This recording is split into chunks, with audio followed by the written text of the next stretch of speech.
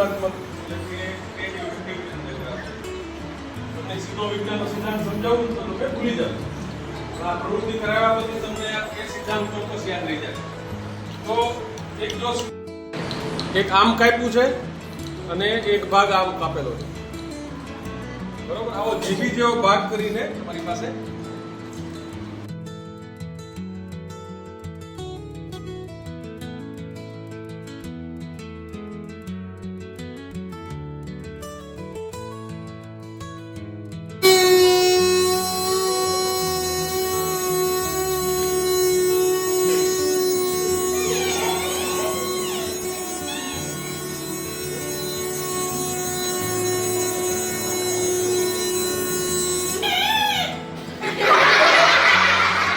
થાય છે.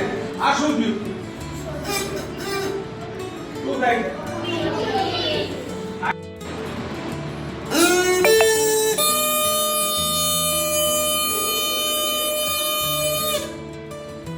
તો લંબાઈ ને પહોળાઈ ઘટાડવાથી તમે એની રેન્જ ઘટાડે, એનો અવાજ આગળ પાછળ કરી શકો છો. મધ્ય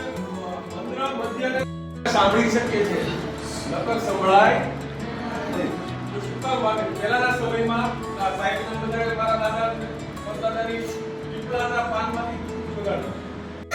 વાગે છે?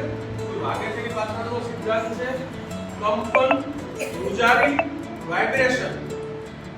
આ સિદ્ધાંત અંગ્રેજીમાં વાઇબ્રેશન કહેવાય, ગુજરાતીમાં કંપન અથવા ધ્રુજારી કહેવાય.